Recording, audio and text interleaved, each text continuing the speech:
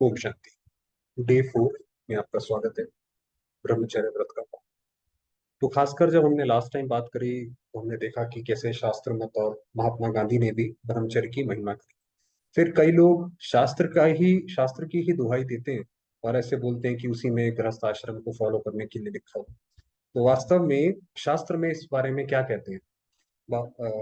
तो लिखा है किताब में, फिर शास्त्र में स्त्री संघ के संबंध में भी कई कई मर्यादाएं निश्चित की गई हैं। उनमें एकादशी, द्वादशी, चतुर्दशी, पूर्णिमा, प्रतिपदा, षष्ठी, अष्टमी इत्यादि तिथियों तथा ग्रहण, रामनवमी, शिवरात्रि, जन्माष्टमी, श्राद्ध दिवस, संक्रांति, रविवार आदि दिनों में तथा मास में अन्य 14 दिन भी स्त्री संघ के लिए निंदित कहे गए। आपको पता है, अधिकतर जो धर्म स्थापन हुए हैं या कोई भी, जब ऐसे कोई मठपंथ स्थापित होता है तो उसके अंदर पवित्रता या ब्रह्मचर्य के ऊपर हमेशा जोर दिया जाता है। आजकल के जो है, क्योंकि उनमें ताकत भी नहीं है और वो छूट भी दे देते हैं, मगर पुराने आप किसी भी धर्म को उठा के देखेंगे तो आपको अधिकतर धर्मों में जो जिनमें जो सुख शांति का पाठ पढ़ाते हैं उनमें आपको ब्रह्मचर्य की महिमा मिलेगी। और खासकर हिंदू धर्म में तो जैसे उन्होंने बताया कि इतने सारे दिनों पर तो वैसे ही निषेध है। इसके अलावा बहुत से नक्षत्रों में भी स्त्री सहवास निषिद्ध है। फिर किसी भी पर्व के दिन भी स्त्री सहवास वर्जित है। और भारत देश के बारे में तो प्रसिद्ध है कि यहाँ वर्ष के 365 दिनों में 366 पर्व होते हैं। तो माना हमारे शास्त्र वगैरह सारे इतनी उच्च कोटि के हैं, वो इस हिसाब से बनाए गए थे कि मनुष्य मर्यादित रहे। मगर क्या होता है कि व्यक्ति उसमें पढ़ता तो है नहीं और अपने मन मर्जी के हिसाब से जैसा किसी ने बोला वैसा आगे उस पर काम करता है।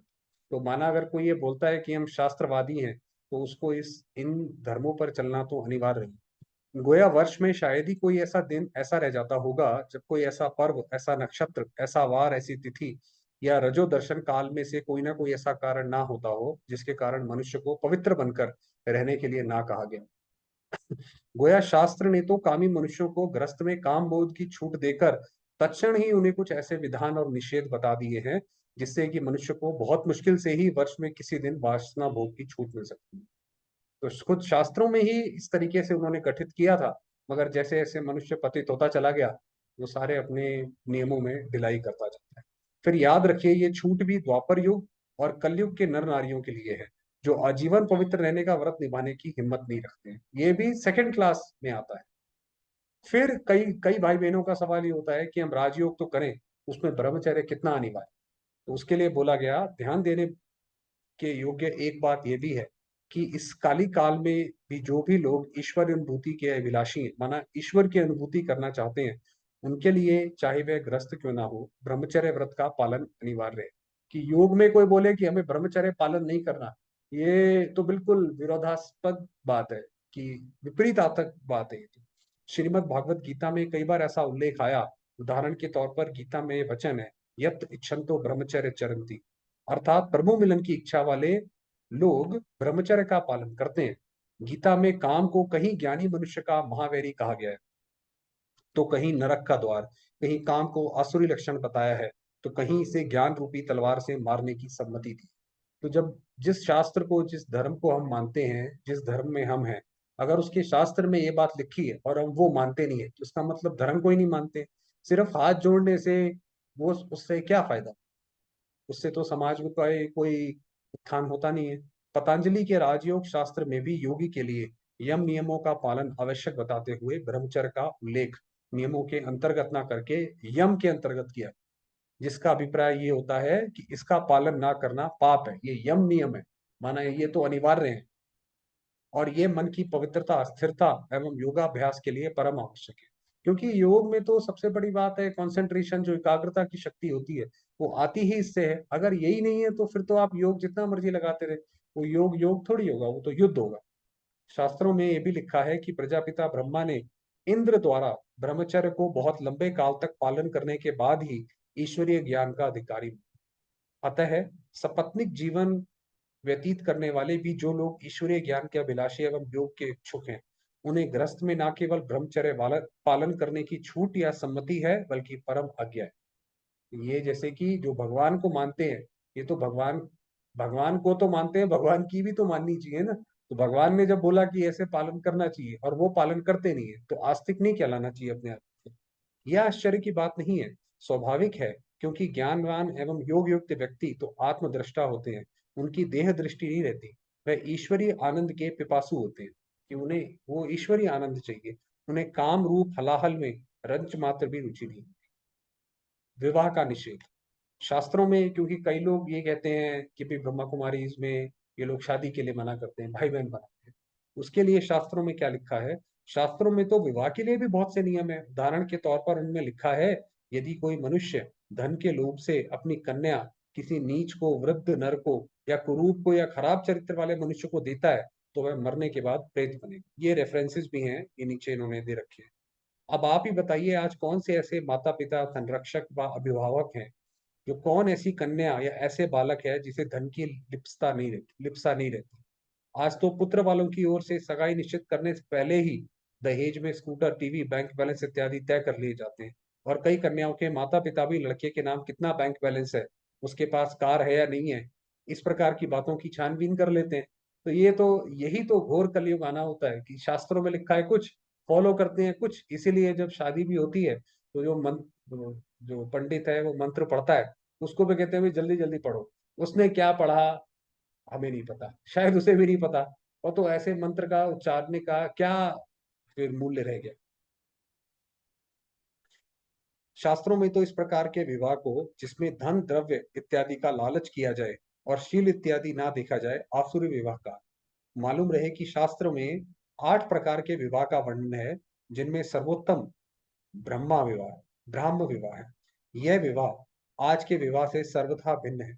इसका पता ना होने के कारण ही आजकल के माता पिता वासना युक्त विवाह करा। इसीलिए घर वालों में अगर कोई नहीं भी करता है, तो घर वाले जबरदस्ती उसको पुश करते हैं कि तुम विवाह करो, विवाह करो। फिर उसके बाद है, आज श्री लक्ष्मी तथा श्री नारायण जैसे सुशील कहा। फिर करोड़ों में से कोई यदि इस धन लिप्सा से छूटा भी हो, तो बताइए कि कितने ऐसे बालक बालिकाएं हैं जिनके विवाह की बातचीत से पहले किसी से दिल नहीं लगा होता। या पहले ही लोगों के, आजकल तो छोटे छोटे बच्चों के गर्लफ्रेंड बॉयफ्रेंड होते हैं, मन से तो वो किसी ना किसी को पहले ही वर चुके होते हैं। कई तो कर्म से भी कुछ ना कुछ भ्रष्ट हो चुके होते हैं। ये भी ना हो तो यौन आकर्षण और तथाकथित लव एवं विलासितापूर्ण नॉवल या अश्लीलता से भरा साहित्य तो वे पढ़ ही चुके होते हैं। पूर्णतः बेदाग तो कोई बचा ही नहीं होता। तो उनके शील की क्या कहें? वे तो अपने खान पान और पहनावे में किसी ना किसी फिल्म स्टार को ही अपना आदर्श मानते हैं, ना कि किसी धर्माचार्य को। ये तो देखिए, ये थी भारत की संस्कृति, जो जिसकी वजह से भारत इतना समय टिका रहा, ये थी। माता पिता ये थोड़ी देखते हैं, जानते हैं कि जिस बालक के साथ सगाई की बात चलाई जा रही है वह रिश्वत तो नहीं लेता, उनकी दृष्टिवृत्ति तो खराब नहीं है, वह चरित्रहीन तो नहीं है। बल्कि उन्हें तो यदि ये मालूम हो जाए कि इस लड़के की इतनी ऊपर की कमाई है, तो वो खुश होते हैं कि भाई ये देखो, 10,000 तो उसकी तनख्वाह है, अगर 50,000 ऊपर की कमाई तो ये बहुत अच्छा है। सगाई तय करने वाले ही ध्यान खिंचवाकर कहते हैं कि इस लड़के का इतना वेतन है और इतनी ऊपर की कमाई है। फिर कितने ही बालक बालिकाएं सिगरेट पीते, नशीले पदार्थों का सेवन करते, गंदे नॉवल पढ़ते और हर आए दिन सिनेमा टीवी में दुष्चरित्रता की बातें देखते सुनते ही हैं ही। अतः कुशील से विवाह ना हो, इस शास्त्राज्ञा का भी कहाँ पालन होता है? कि शास्त्रों में लिखा है कि विवाह उससे करो जो नारी लक्ष्मी जैसी हो, नर नारायण जैसा हो। अब जैसे उन्होंने बताया कि इतनी सारी चीजें हैं, तो नारायण और लक्ष्मी कहाँ रह गए? तो आज जो लोग ब्रह्मचर्य का व्रत का पालन करना चाहने वाले अपने पुत्रों पुत्रियों को विवाह के लिए जोर देते हैं, उन्हें सताते एवं आतंकित करते हैं और शास्त्रों की दुहाई देते हैं, उन्हें सोचिए कि पहले कोई श्री नारायण और श्री राम के समान सुशील वर तो ढूंढे, वर भी वैसा ढूंढे ना। तो क्या इस कली काल में ऐसा वर कोई मिलता भी है? मनु ने तो मनुस्मृति में कहा है कि यदि शास्त्र की ये शर्तें पूरी नहीं होती, अर्थात यदि कोई सुशील चरित्रवान वर नहीं मिलता, तो कन्या को आजीवन कमारा ही रहने देना चाहिए। जो लोग संदेह करते हो, उन शक्की मिजाज वालों से हमारा निवेदन है कि शक और वहम को छोड़ दें और विवेक का प्रयोग। पंडित लोग तो इस बात में ही खुश हैं कि खूब शादियां हो, क्योंकि कलयुग की तो खास बात यह है कि यहाँ पे हर एक कोई व्यक्ति पैसे कमाना चाहता है, चाहे जैसे मर्जी आए, चाहे वो पैसा बाद में दुखी देके क्यों ना जाए। गलत तरीके से कमाएंगे तो दुख देके जाएगा, मगर वो खुश होते हैं। पंडित लोग तो इसी बात से खुश है कि खूब शादियां हो, क्योंकि इसी तरह ही कमाई होती है। माता पिता भी फारिग होना चाहते हैं, परंतु अफसोस ये है कि सभी देते हैं शास्त्रों की दुहाई। या तो ये बोलो कि भाई हम शास्त्रों को नहीं मानते, ये तो हमारा कहना है, तो शास्त्रों को बीच में क्यों लाते हो? प्रसिद्ध अंग्रेज नाटककार एवं कवि शेक्सपियर ने इसी बात को अच्छे शब्दों में भर्त्सना की है। इसके अतिरिक्त ऊपर हम जिस श्लोक की चर्चा कर रहे थे उसमें वृद्धाए और कुरूपाय शब्द भी है। यदि सतयुग और त्रेता युग के देवतुल्य नार नारियों से तुलना की जाए तो आजकल के नर नारी कुरूप एवं वृद्ध ही हैं।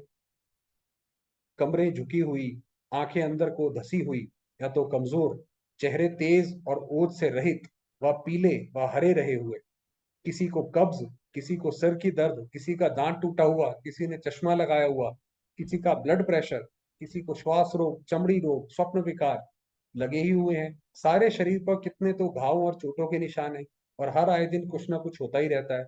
ऐसे अंग भंग, दीनहीन, दुर्बल एवं क्षीण मनसा लोगों को कुरूप नहीं कहेंगे तो क्या श्री लक्ष्मी श्री नारायण या श्री सीता श्री राम के समान सुंदर कहेंगे? तो क्योंकि शास्त्रों में तो उनके उनको ध्यान में रखकर विवाह की बात करी गई। फिर ज्ञान की दृष्टि से देखा जाए, अब सभी बूढ़े भी हो चुके हैं, क्योंकि सतयुग और त्रेता युग बीत चुके हैं, द्वापर युग भी बीता और अब कलयुग भी दम तोड़ रहा है।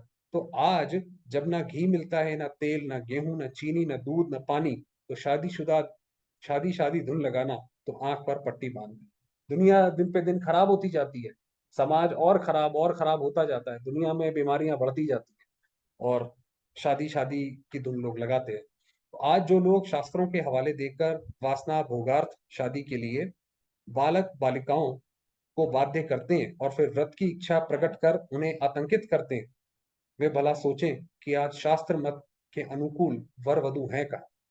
शास्त्रों में तो विवाह पद्धति में लिखा है कि पुरुष वधु को कहता है कि तुम्हें पाकर मैं लक्ष्मी युक्त एवं कांति तथा श्री से युक्त हो गया हूं, इसीलिए घर को लक्ष्मी कहा जाता, घर की लक्ष्मी कहा जाता। पहले लक्ष्मीहीन था, गोया स्त्री के लिए भी पुरुष का मिलना एक प्रकार से श्री नारायण का मिलना हुआ। ये देखिए, ये थी पहले भारत की संस्कृति, इसीलिए भारत का जो है दुनिया में नाम था और वो सोने की चिड़िया कहलाता था। इसलिए ही तो आज विवाह होने पर जब पत्नी ससुराल में आती है तो सभी कहते हैं घर में लक्ष्मी है। परंतु श्री लक्ष्मी और श्री नारायण तो पवित्र थे, तभी तो मंदिरों में देवी देवता मानकर उनकी पूजा की जाती है और तभी तो श्री कृष्ण जन्माष्टमी इत्यादि पर संभोग वर्जित है और श्री कृष्ण आदि देवताओं के मंदिरों में काम भोग बहुत बड़ा पाप माना जाता है। तथा श्री कृष्ण के अनन्य भक्तों सूरदास, मीरा इत्यादि ने भी वासना भोग का त्याग किया। तो देखिए, भगवान की भक्ति कोई करता है उसके लिए भी ब्रह्मचर्य अनिवार्य है। तो यदि वर लक्ष्मीपति बना है और वधु नारायणी बनी है, तब तो काम कटारी चलनी ही नहीं चाहिए। तो अगर वो लक्ष्मी नारायण हो गए तो वो तो वैसे ही नहीं होना चाहिए।